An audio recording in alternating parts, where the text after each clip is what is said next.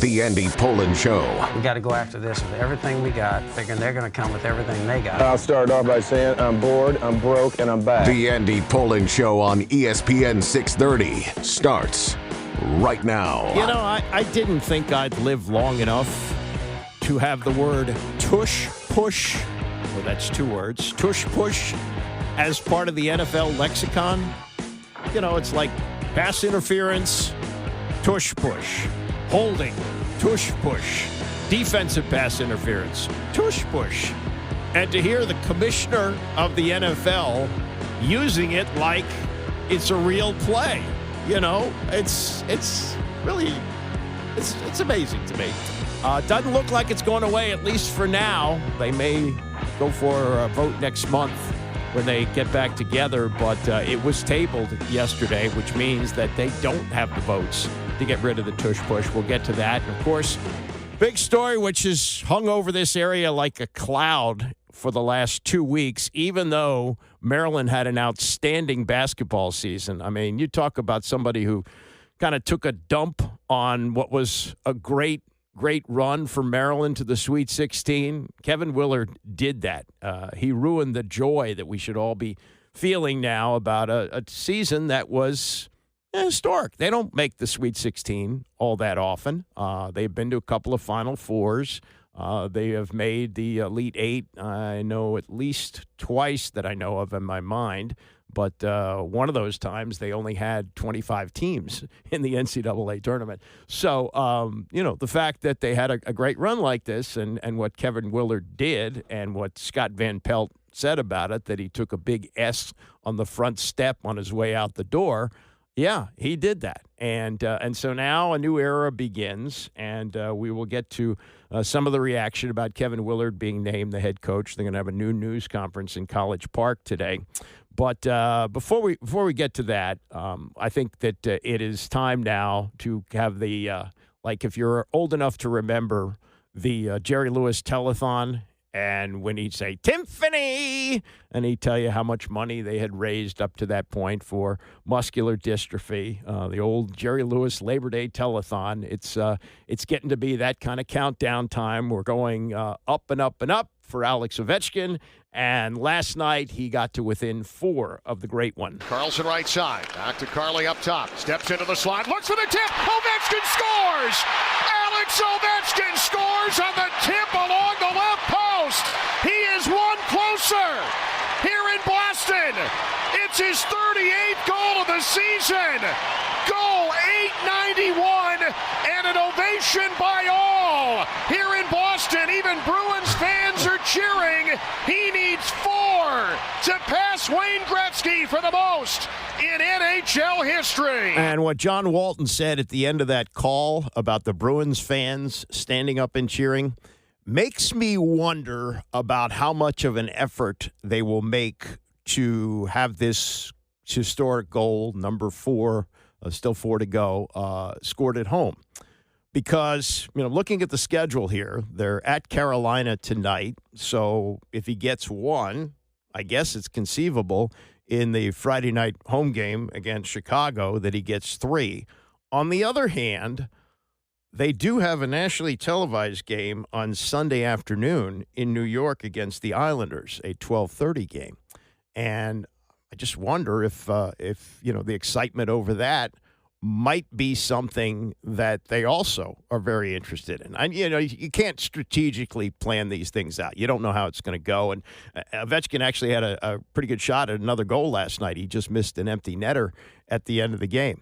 So I've looked at the schedule and said, ooh, these are the 2 games to point to. The game that they're playing on Friday against the Blackhawks, and then they have a game on the 15th against the Penguins, which will be the last regular season home game. And that might be one where they go for it. They've got 2 road games to finish up. I even wonder if they might sit him out just to have the carryover for the following season. I think it's clear that they want to get this done this year. This is the way it appears to me. And I've maybe changed my thinking a little bit in hearing and watching what happened last night in Boston, that the road fans are cheering him to get the record.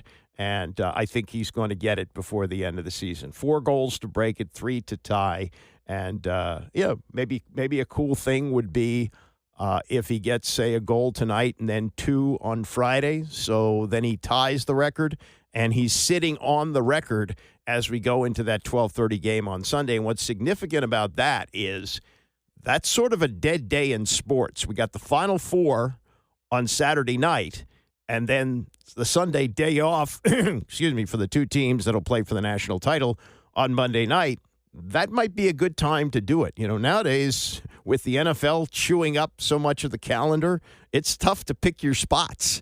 And if the NHL wants to get maximum excitement and exposure out of this, maybe it would be the best thing for him to score on Sunday afternoon. But I think the Caps fans that have watched him for 20 years, and many of them wearing the number 8 red jerseys in the stands, would like to see him do it at home. All right, I was thinking about comps for what Kevin Willard did here. And when has something like this happened in our city before in sports? And what I came up with was Juwan Howard in 1996.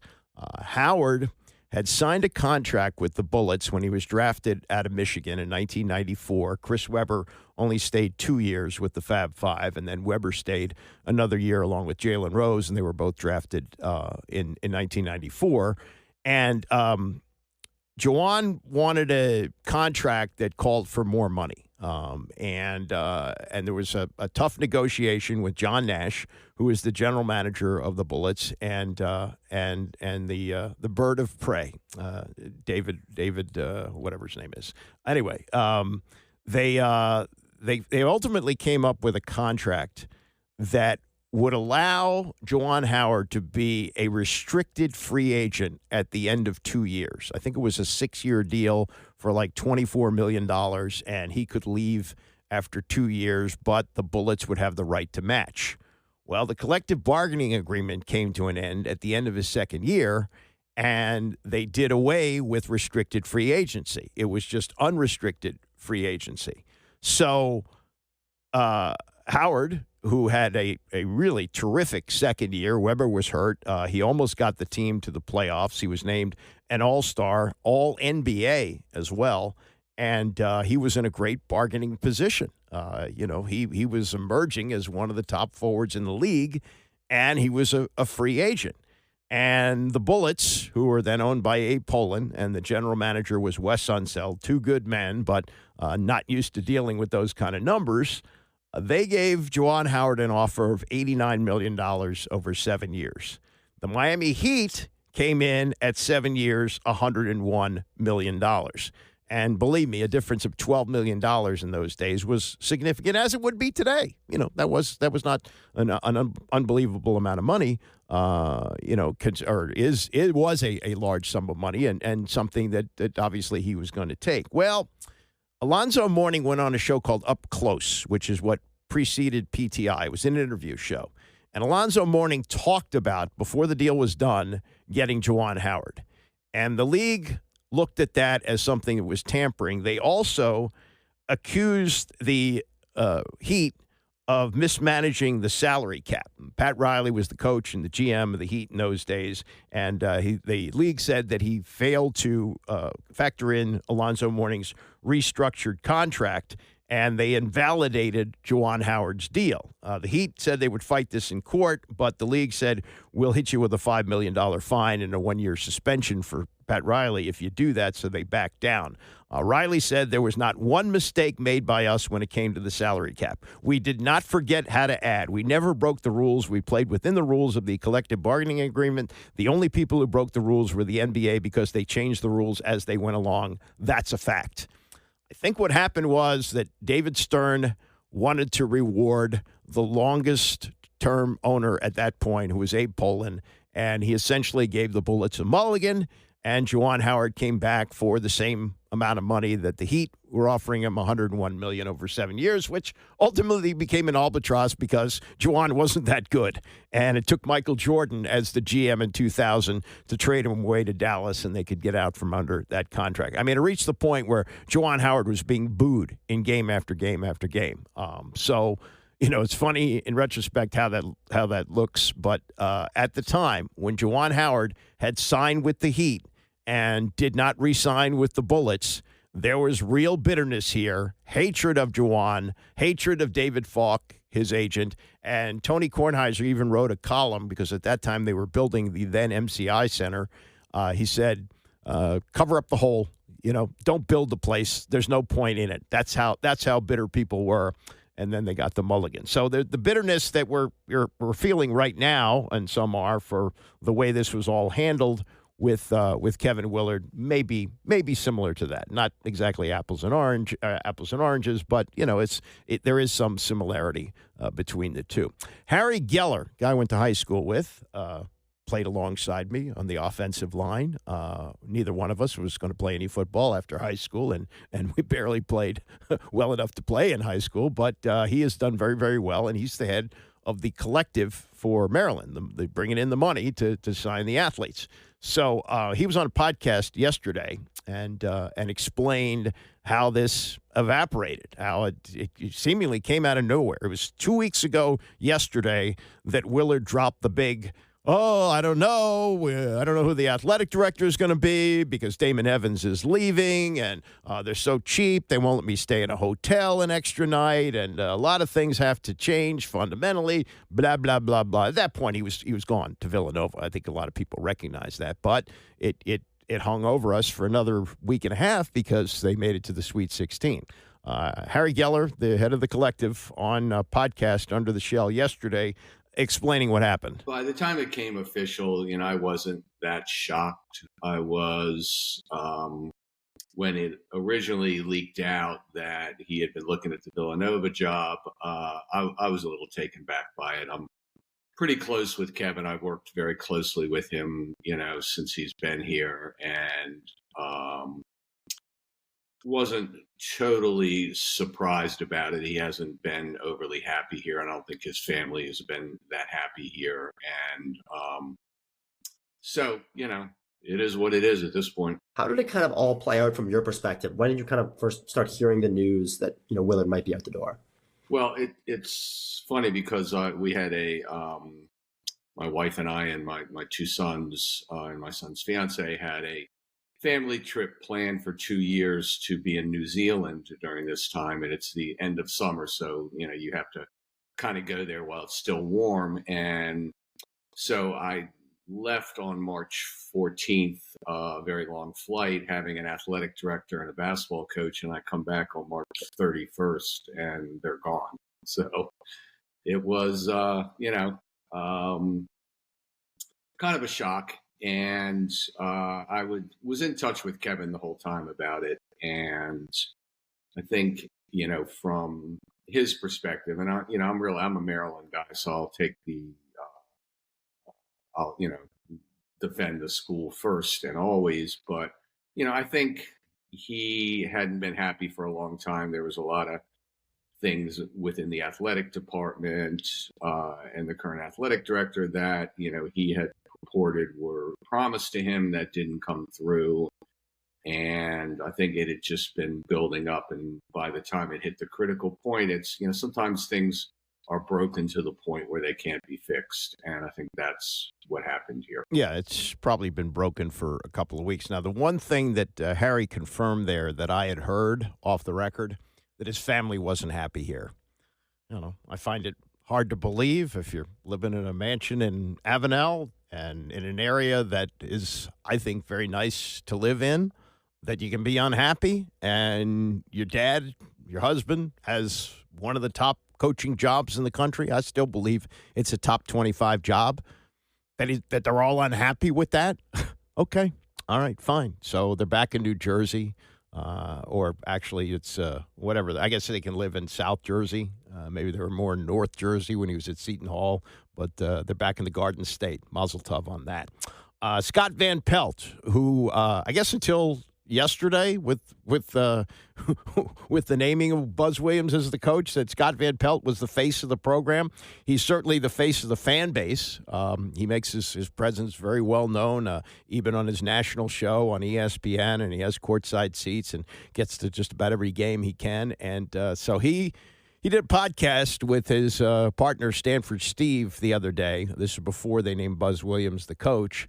And he expressed, I think, what a lot of Terp fans were feeling and are feeling with Kevin Willard bolting like he did. I get it. 100% I get it. And there's an old Louis C.K. bit about of course, but maybe. And the gist of the jokes with the setup was, of course, if you have a peanut allergy, we should make sure that you don't have anything with a peanut because we don't want anything bad to happen. But maybe if a peanut kills you, you're supposed to die. That was the gist of it. So I'd say it this way. Of course, Kevin Willard can go to Villanova. Of course, you can go back to your Big East roots. Of course, if it's better for your family. We're savages, but we're not soulless savages. If it's better for your family, of course. Of course. You're a Jersey guy. Gets you close to that. Of course. All of these things. Of course. Villanova's not a good job. It's a great job. It's a great university. Of course. But maybe you don't take a giant shit on the front steps of the house you've lived in for the last 3 years. You don't do damage to the university and program where you've been for 3 years. And you don't take the efforts of the people behind the scenes who've largely poured their hearts and souls into this for free for you to try to fill in the gaps and tell them that I love this university. And I just want it to be great. And I'm anal and I'm an a-hole and I just want this program to be the best it can be. Maybe you don't tell those people that to their face repeatedly.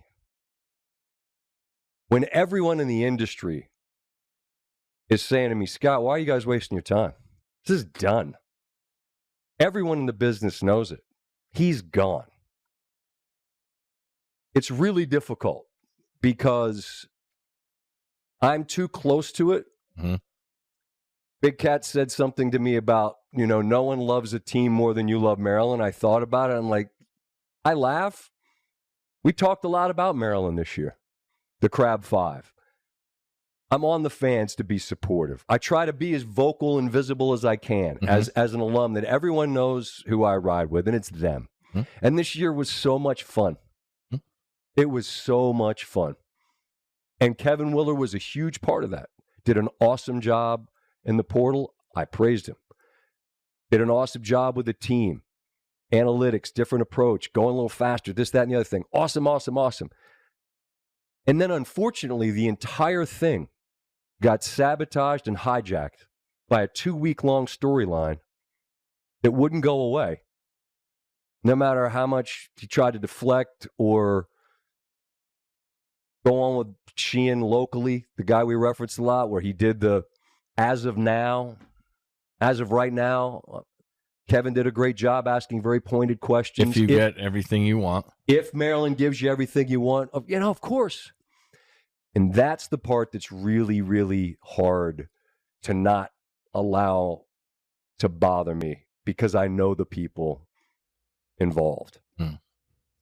And because I was very vocal in saying I agreed with him that he should get those things.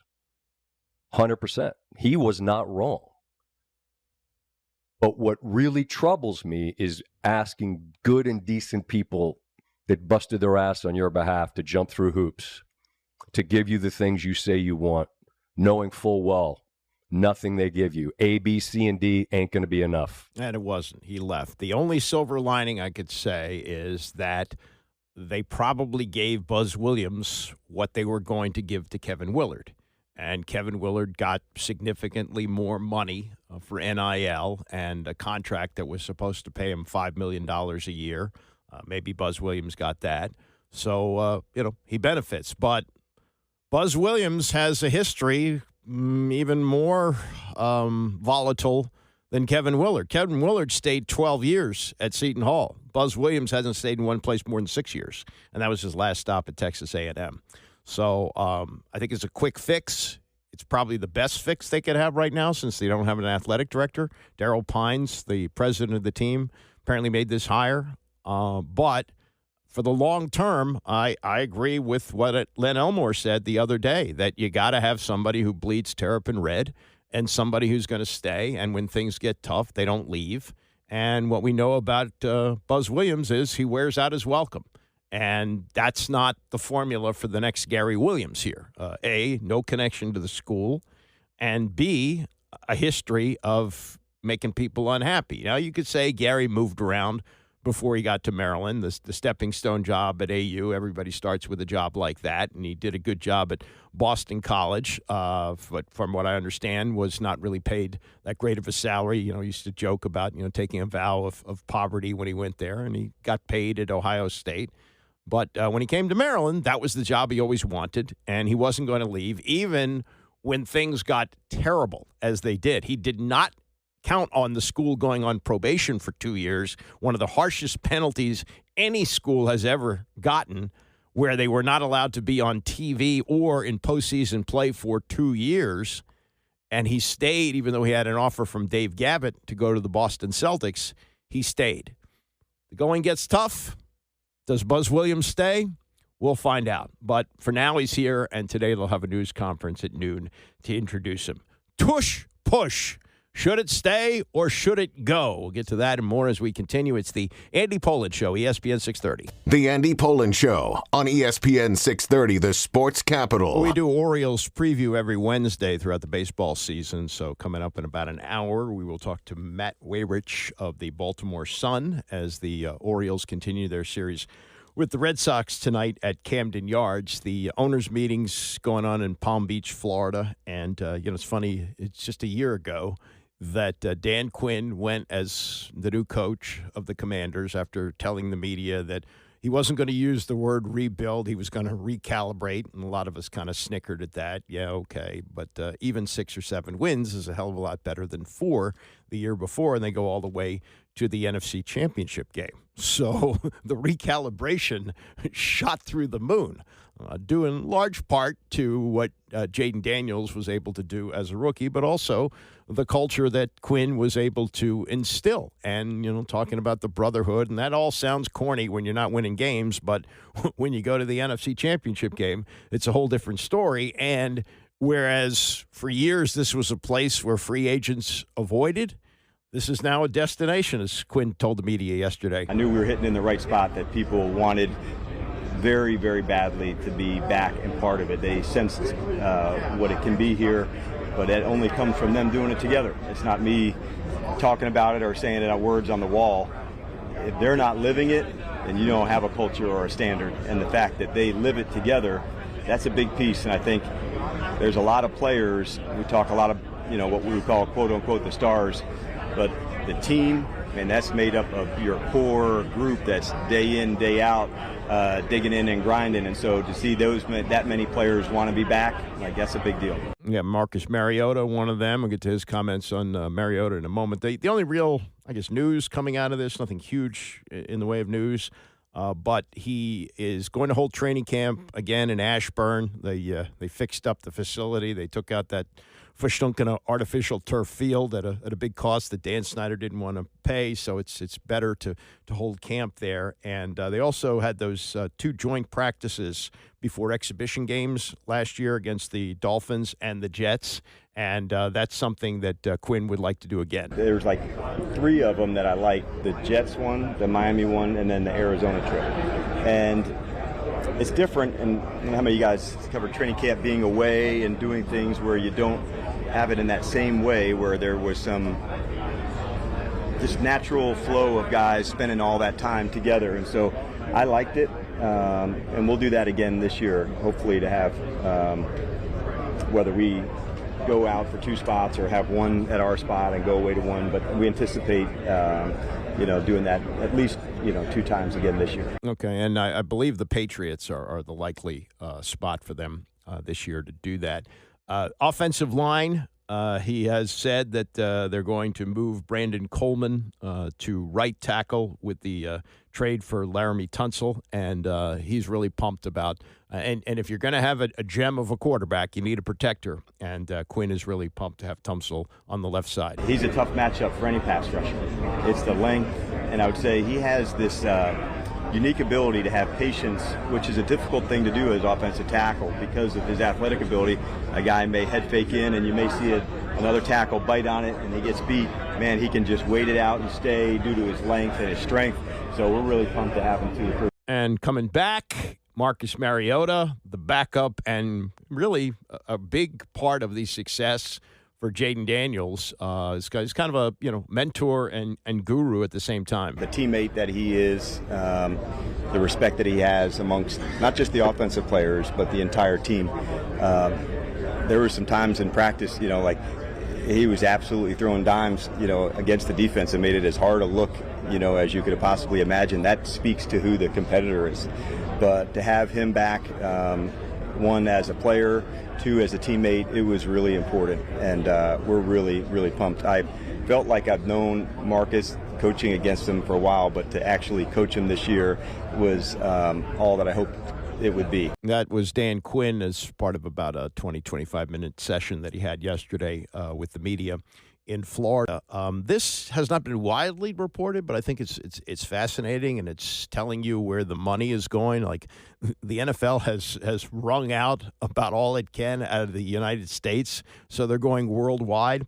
And I don't exactly know how this works, but I'll read you how this is written.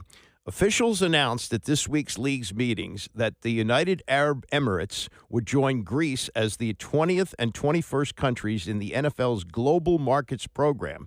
The Commanders, along with the 49ers and Rams, became the designated teams for the United Arab Emirates. What's in the United Arab Emirates? Oil and a lot of money. A 2024 analysis by Global SWF ranked Abu Dhabi as the world's richest city. The United Arab Emirates capital hosts $1.7 trillion in assets, including the nation's sovereign wealth fund. And Josh Harris has called it an increasingly influential financial and economic sports hub. And it appears that in years to come, maybe not too distant future, that the Commanders are going to play a game in the United Arab Emirates. And the reason is cash.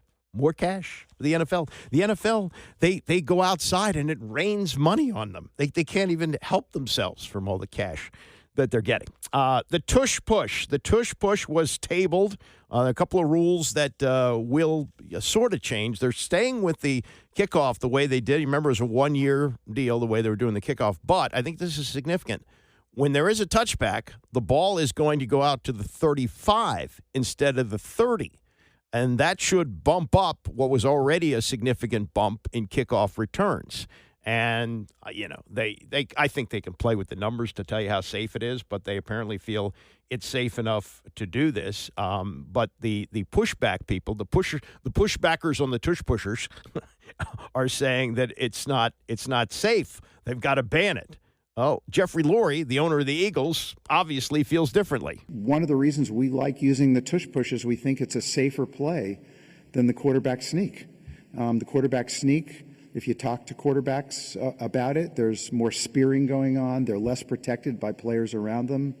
And one of the reasons we got motivated to develop an expertise in this play is it was more protective to the quarterback. And so it's ironic that, people would bring up health and safety. We're at the top of the game in terms of wanting health and safety on every play. We voted for hip drop tackle and defenseless receiver. We will always, always support what is safer for the players. It's a no-brainer. If this is proven to be less safe for the players, we will be against the tush push. But until that's the case, to me, there'd be no reason to ban this play. It's funny that it's been a legal play for over 20 years. It's only in recent years that the Eagles have taken advantage of it. And for most of the history of the NFL, it was banned. You couldn't pull a runner, you couldn't push a runner, and it became apparently too hard for them to look at and determine whether there was a penalty or not. So the league just punted. They said, okay, forget it. We're not going to call it anymore. And it took the Eagles to go, wait a minute, we got a quarterback who can bench press a lot, and he's got a leg press of like 600. We got stars on the offensive line. Let's do it. Roger Goodell works for the owners. there are apparently not enough votes to ban it. So it would seem that the people who employ him don't want to get rid of the tush push. But if you listen to Goodell yesterday at the owners' meetings, sounds like he'd like it to go. I think there are safety issues that are being considered in that case. We have very little data from it, but it's beyond data. There's also, there's the mechanism of injury that we study, that type of thing that leads us to show the risk involved with a particular play or particular tackle. So those are things that we did discuss. I do think there's a lot of discussion about going back to the previous rule, back to pre-2004. It's a dispute about how long that rule was in play, but the reality of it is I think that makes a lot of sense in many ways, because I think it expands it beyond just that single play. There are a lot of plays where you see someone pulling or pushing somebody that are not in the tush-push formation that I think do have an increased risk of injury. And so I think the committee will look at that and come back in May with some proposals. I just love to hear Roger Goodell say tush-push. I wish somebody had come up with something like tuchus-puchus, but that doesn't work as well. But tush-push, good enough. I don't know what the hell he's talking about. He's telling you he doesn't have data on injury. Anecdotally, there doesn't seem to be injuries. How many times have you watched the Eagles or the Bills, who do it almost as often? How many times have you seen that play run and you go, oh, God, look, there's a lineman, got an injury. See, this is a dangerous play. They can't do that. No, doesn't seem like there's injuries. I think it's just the Packers and certain teams that want to ban it are saying, oh, yeah, look at the injury rate. All these guys piled up. Well, the one thing you learn when you play football is, and I was a very bad high school offensive lineman, but it was a relatively safe position, because the times where you really get hurt on the football field are like receivers running wide open and the vicious collisions at full speed, which cause concussions and knee injuries and things like that. So this is a lot of stuff about nothing. Now, I am one who wants to see it banned, only because it doesn't look like football to me. It looks like rugby. But, Roger, you got to have some real data here. You got to have information that shows us it's an unsafe play, and you got the owner of the Eagles, who's obviously going to defend it, but he's saying, look, we think it's a safe play. We wouldn't run it unless it was a safe play. And particularly the quarterback who he's paying top dollar to, Jalen Hurts is not on a rookie deal anymore. He's in the $50 million range, whatever he makes. So they're not going to put him at risk. Now, they won't do it here with Jaden Daniels. He's got a very much of a different build than Jalen Hurts. But if you're gonna cry and complain about injury, show us some numbers where there's some real injury here. Show us that. Tony and Mike taking a swing on this yesterday on PTI and how they feel about the vote on the tush-push being tabled. Our friend Mark Maskey of the Washington Post reports that 16 teams want to ban it, but you need 24. In actual changes, both teams will get the ball in overtime, so an opening drive touchdown won't automatically win the game. And touchbacks on kickoffs will go out to the 35-yard line next season, not the 30, in an attempt to discourage kicking off into the end zone. Wilbon, where do you want to start? I guess with the tweaks to things that actually we know about, so few kicks have been returned the last couple of years, even though it went from 22%, which is really low, up to like 33%. And I know there are people now in that room on that committee that believe it could go up to 60%. I don't believe that. Maybe 40, but even 40 would be an improvement on, Tony, a play that you and I have always thought is the most exciting play in professional football. Just like taking away, it's gone. And, but I like the tinkering with overtime. I was okay with the way it was, but I'm okay with this too. And the tush push, I'm just sort of disappointed that there's enough momentum to even get 16 teams to say, yeah, we ought to get rid of this or, seriously consider it. And they're just going to table it for a while to the next meetings in May. Disappointed in that. But I'm okay with the other two changes that just sort of tinker around the edges. Anything that can bring more kick returns back, I'm in favor of. Yeah, I'm going to track over what you're saying. I love the kickoff return. And by the way, I'm fine with what they've done to eliminate the big momentum of the kicking team once they kick the ball off, because now they're only 5 yards apart. I'm good with that. That's right. But I want to see more kickoff returns. It did go from 21.8% to 32.8%. And Rich McKay of the competitions committee, he's the guy who says it could go to 60 or 70. I'd love to see that. It's the best play in football, so I'm good with that. Like you, I'm okay with the fact that everybody's going to get the ball in overtime. But personally, like you, I liked it this way. I liked it that you could get the ball on a kickoff and you could get a touchdown and knock the other team out. Because like you, I would say, hey, play defense and shut up. Defense. Stop them, and then you'll get the ball back. But because this is fair, and it is fair, I'm going to live with it.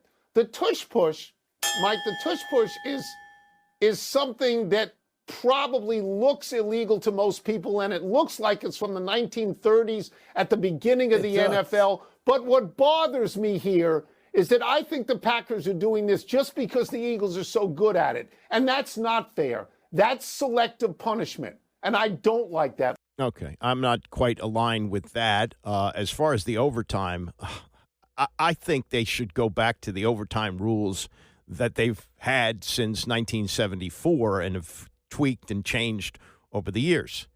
You have a coin flip.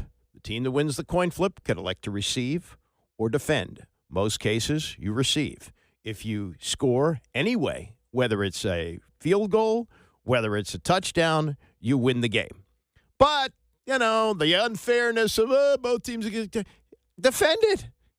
Football's made up of offense and defense. And if your defense is good enough, you will stop the other team from scoring, force them to punt. You get the ball. And if your offense is good enough, you'll score anyway, whether it's a field goal or a touchdown to win the game. And the fact that they're giving each team the ball with a chance to, score a touchdown. And by the way, it's going to change your strategy now because you're always now going to defer on that. You want to see what the other team does. It's going to be like college. If they score a touchdown, okay, you got to score a touchdown to keep the game going. If they kick a field goal, you can get a touchdown and win the game, and you're more likely to go for that. So, what happened with the 49ers in the Super Bowl, they screwed up. They screwed up against Kansas City by electing to receive. They kick a field goal.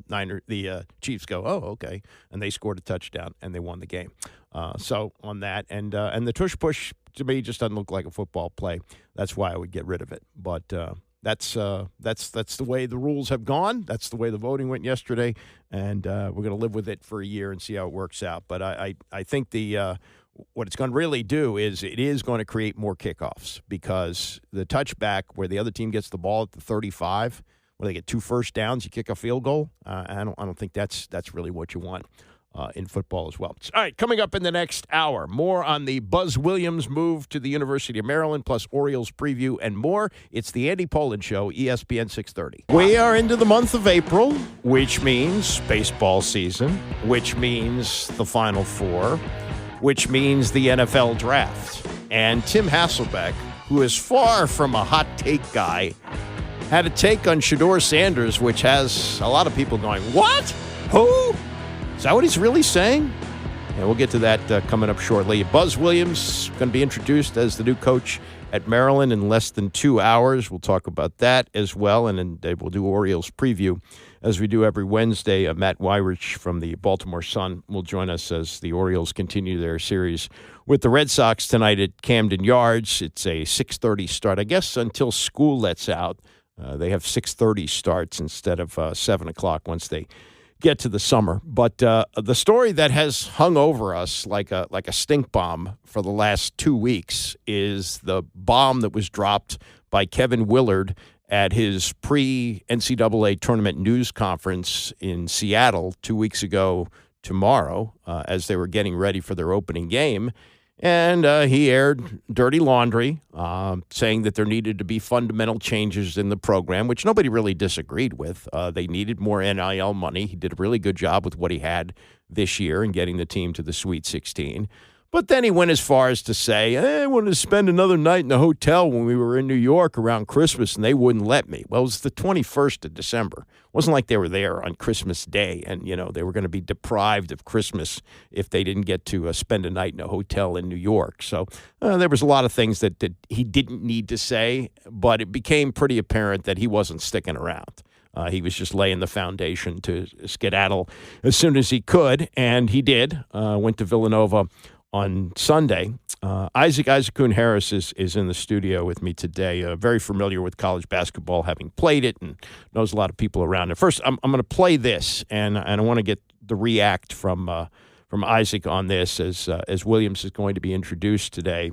This was after his team was eliminated in the second round of the tournament by Michigan.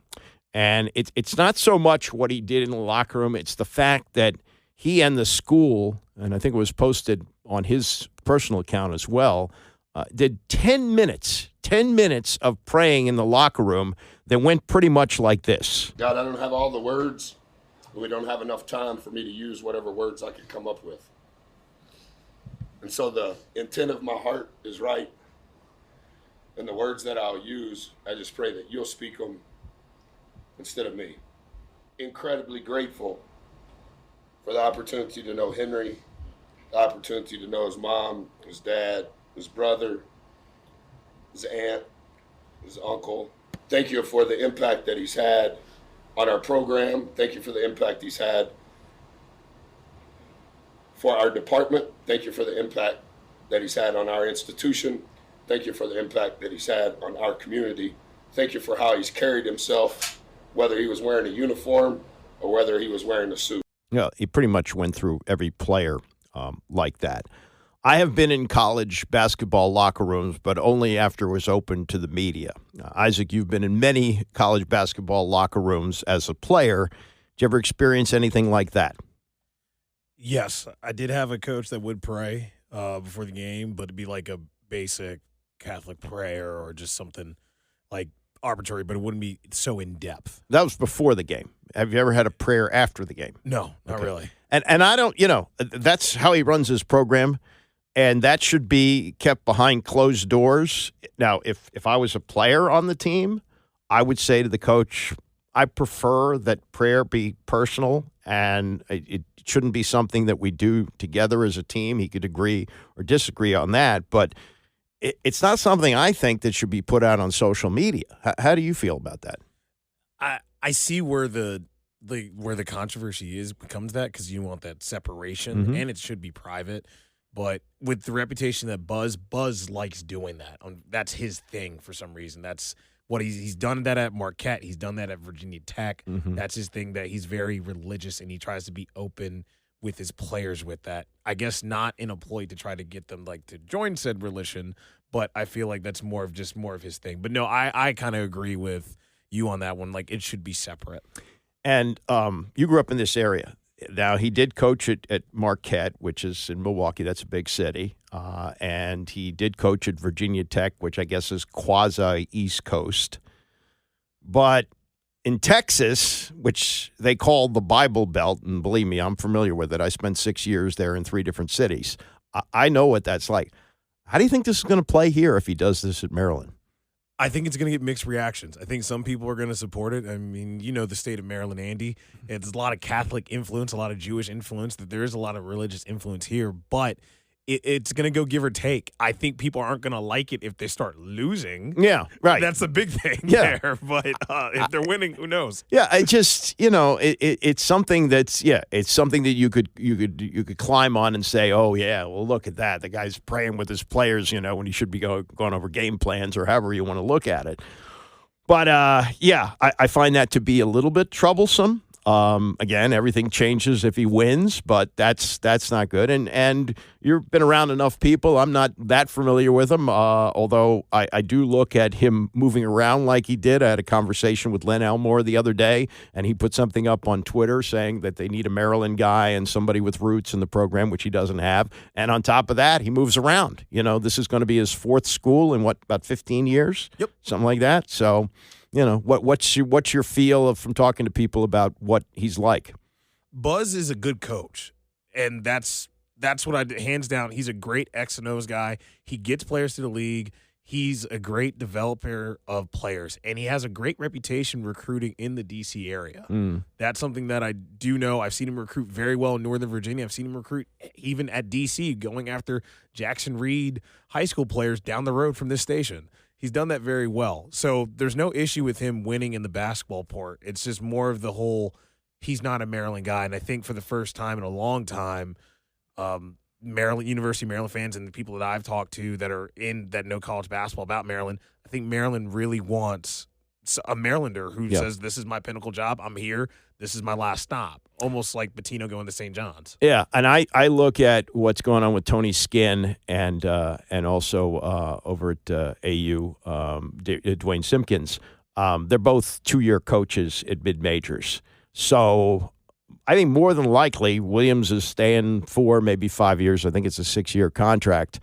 And hopefully by that time, one of those two guys is ready to take that step to Maryland. Skinn was a former assistant there. Of course, Simpkins was a great player at Maryland. They've both done a good job at the mid-major level at George Mason and AU. So we'll see where that goes. But this might be a little bit troubling to you if you are a Maryland fan. Jeff Goodman, who used to work for CBS and now is, I think, with something called the Field of 68, and John Fanta, who's kind of a rising star among college basketball insiders, they discussed the hiring yesterday, and it doesn't sound all positive. Buzz Williams is a good coach, but the big thing that Len Elmore tweeted the other day was they want somebody who's going to be there for a while. Well, like, Buzz Williams is the last guy then you would hire because he's the guy who is ultimately going to be there for 4 or 5 years, maybe 6, as in the case with Texas A&M. And then generally he wears out his welcome and he gets ahead of it. And that's what's happened at Marquette. He was great. He left to go to Virginia Tech. There were a lot of people that,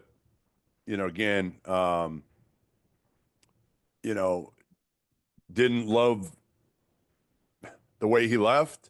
Then the same thing happened at Virginia Tech to A&M, and now it's happening again, A&M to Maryland. So, again, the guy can coach. He's done a great job. He's not for everyone, and I'm not sure he's for the Northeast. That's the one thing I would say, John, is like, I don't know if his social media, if all that other shtick works in the Northeast. I don't know. We'll see. He is known for his defensive pedigree, having teams that play very physical basketball. That should play in the Big Ten, or at least it could play in a league that is like that. But I'm with you, Jeff. This is different because it is Maryland. It's in the DMV. By the way, as he takes this job, Maryland had already agreed to a home-and-home with Marquette, meaning Buzz Williams has to go to Marquette this upcoming season, which is interesting to mention this story. I think, Jeff, the question is, like, is this I don't want to say concerning, but, here Willard left after 3 years at Maryland. This is a guy who's like a 4 to 6 year guy at a program because that's been his trend. What do you make of that, the sort of wearing out your welcome type of thing? Yeah, I mean, my sources say Trev Alberts was not unhappy that he left the AD at Texas A&M. Marquette, their administration when he left was not unhappy he left. Virginia Tech was not unhappy that he left. So there's a little bit of a, of a deal here where it's kind of consistent. But again, I'll go back to it. Like, the guy has won a lot of games. He had a lot of success at Marquette. He was there for 1 year under Tom Crean, got the job. Now AD Mike Broker got him the job there at Marquette at the time, and he won, and then he bolted for a weird job at Virginia Tech. He turned it at Virginia Tech. He won. Good. And he bolted. And A&M, I don't know if he turned it. I mean, they had a great year this year. It took him a little while. The first 3 years were questionable. I remember you going into last year, I believe, saying, like, he's kind of on the hot seat. He hasn't done enough at A&M. And he did a great job this past year with A&M. But they were going to lose everybody. And again, I think Buzz always understands, like, all right, there's a shelf life. So I'm going to get the hell out and get ahead of the posse. So that's the opposite of what Len Elmore wants. Len Elmore wants a guy who's got Maryland roots, who's willing to stay for a long period of time, and it sounds like he's the opposite of this. This is the Billy Martin blueprint. Come in, win, be a hard ass, Be abrasive with the people above you, wear out your welcome, and then leave. Billy usually got fired. In this case, Buzz Williams gets out before they get him. And that comment about Trev Alberts, who's the athletic director at Texas A&M, remember he was a football star at Nebraska, and then I think later became their AD. Now he's at Texas A&M. He wasn't sorry to see him go. Now, there were extenuating circumstances here. It's not just that they were without a coach at a very difficult period of time with the transfer portal open for more than a week. They don't have an athletic director. So I believe this was done mostly by Daryl Pines, the president of the school. And given the circumstances that they were in, this was a Band-Aid that they needed. And that's really what you have to, I think, look at here. There'll be a news conference in a couple of hours where Buzz Williams will say all the right things. And in the statement they released yesterday, he talked about upholding the history of the school and all that. But his history tells you that it doesn't last all that long. And when you work with people who are that type of personality, they usually don't last long in jobs.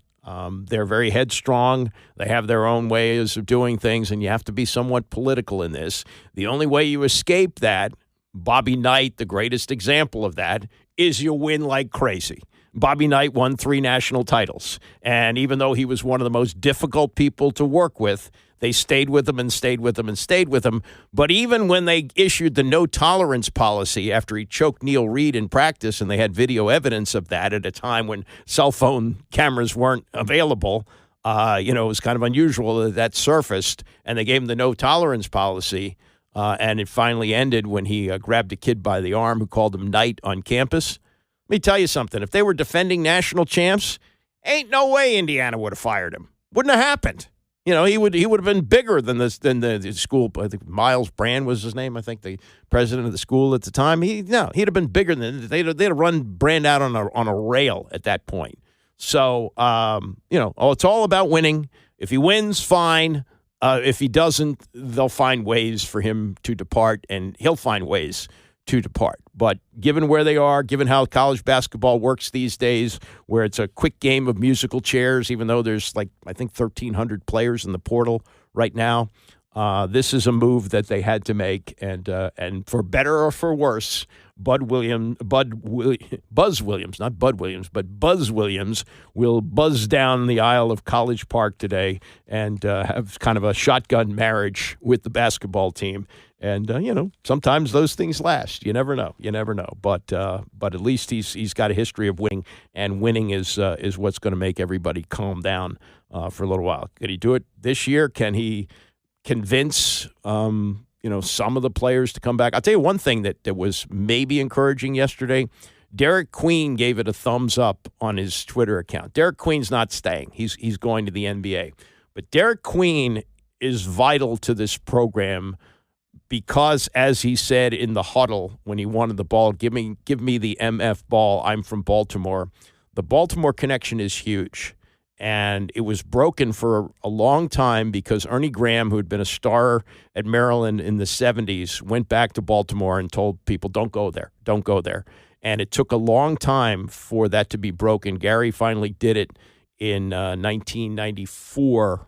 So it's almost probably 10, 15 years before he could break the ice dam there. And he got Keith Booth there. Keith Booth, one of the top players ever to come out of Baltimore, highly recruited. Coming out of school, I think it was considered like the number 4 recruit in that class. Joe Smith was lower.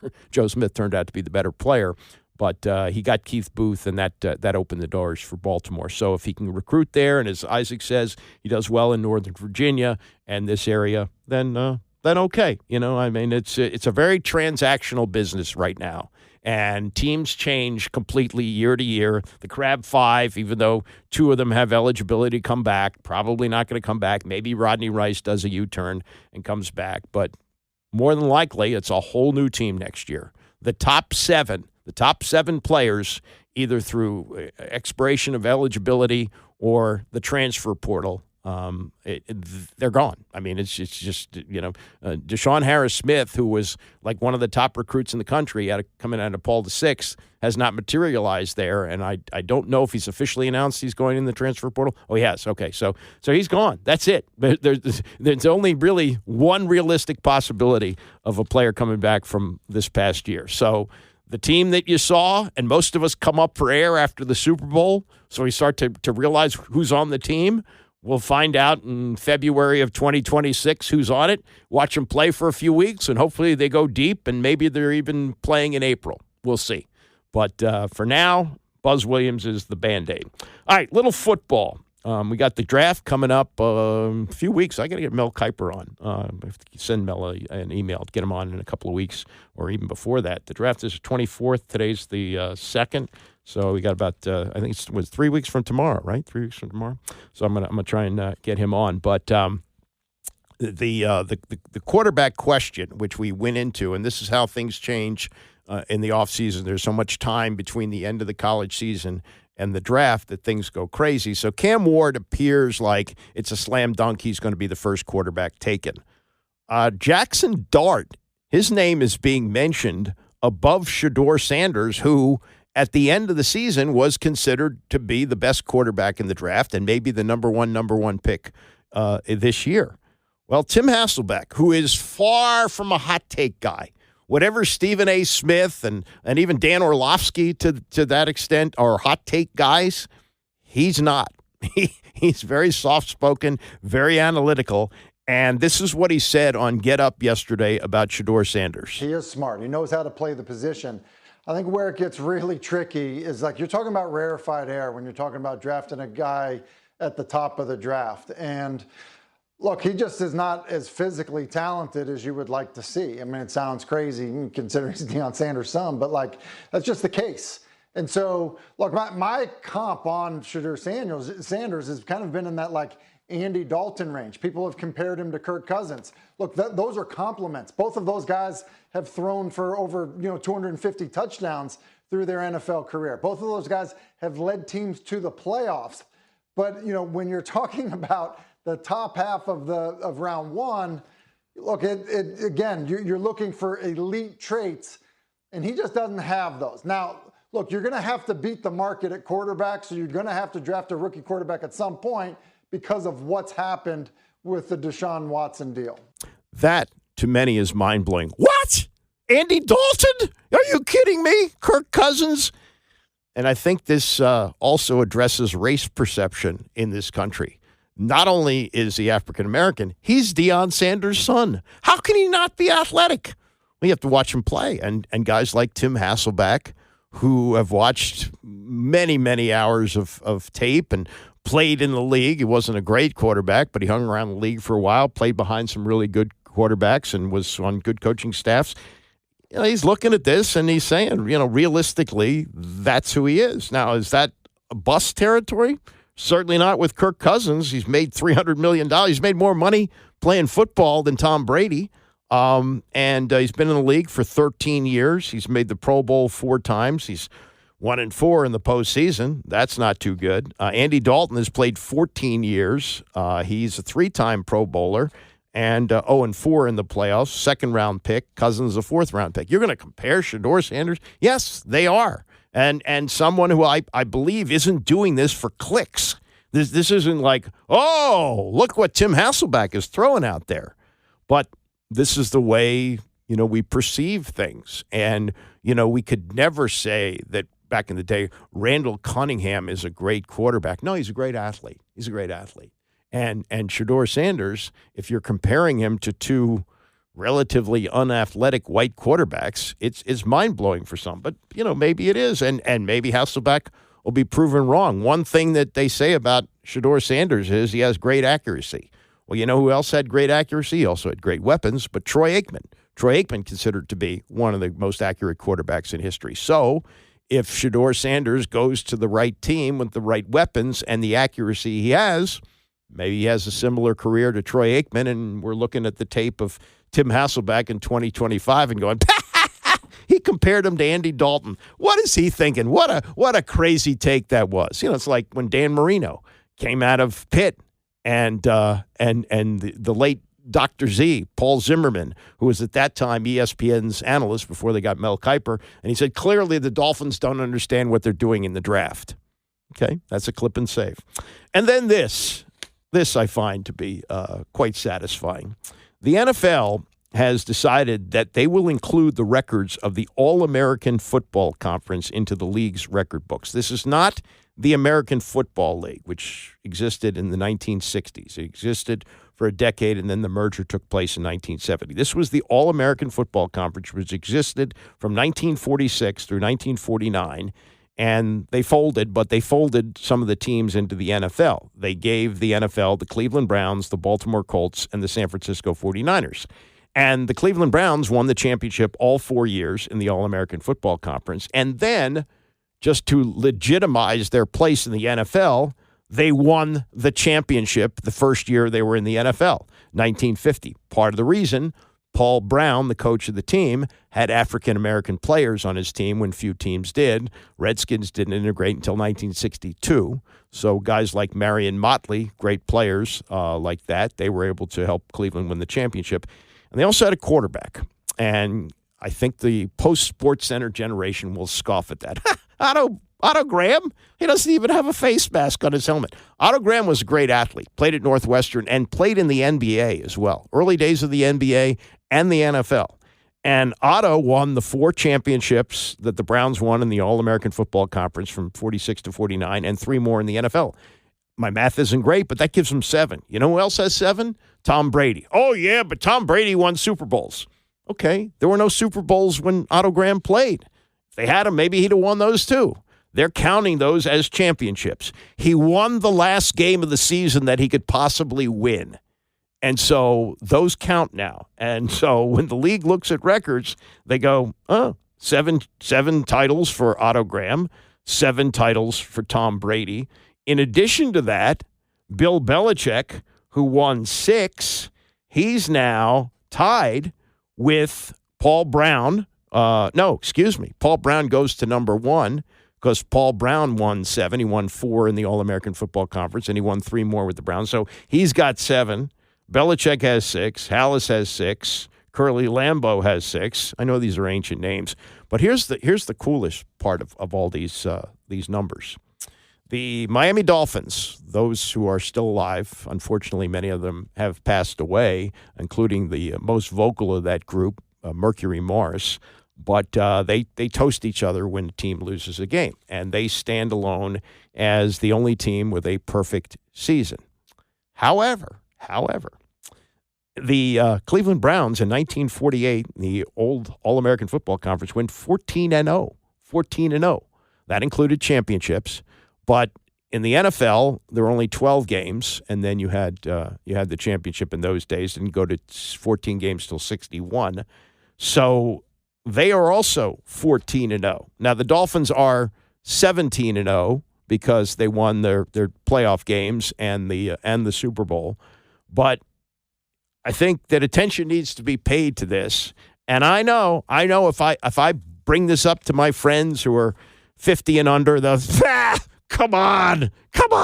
You want to tell me that was real? You know, people who want to look at Sammy Baugh, who one year led the league in passing, punting, and interceptions. Sure, it was a different game.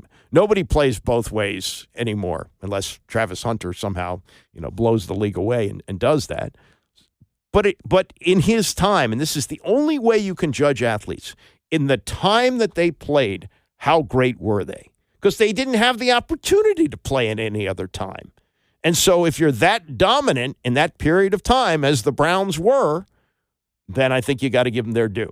And Tom Brady, in my mind, does not stand alone anymore. Otto Graham also has 7.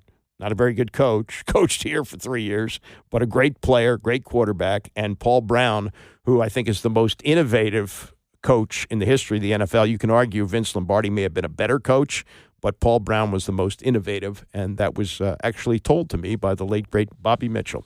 So there you go. Orioles preview is coming up next. It's the Andy Pollin Show, ESPN 630.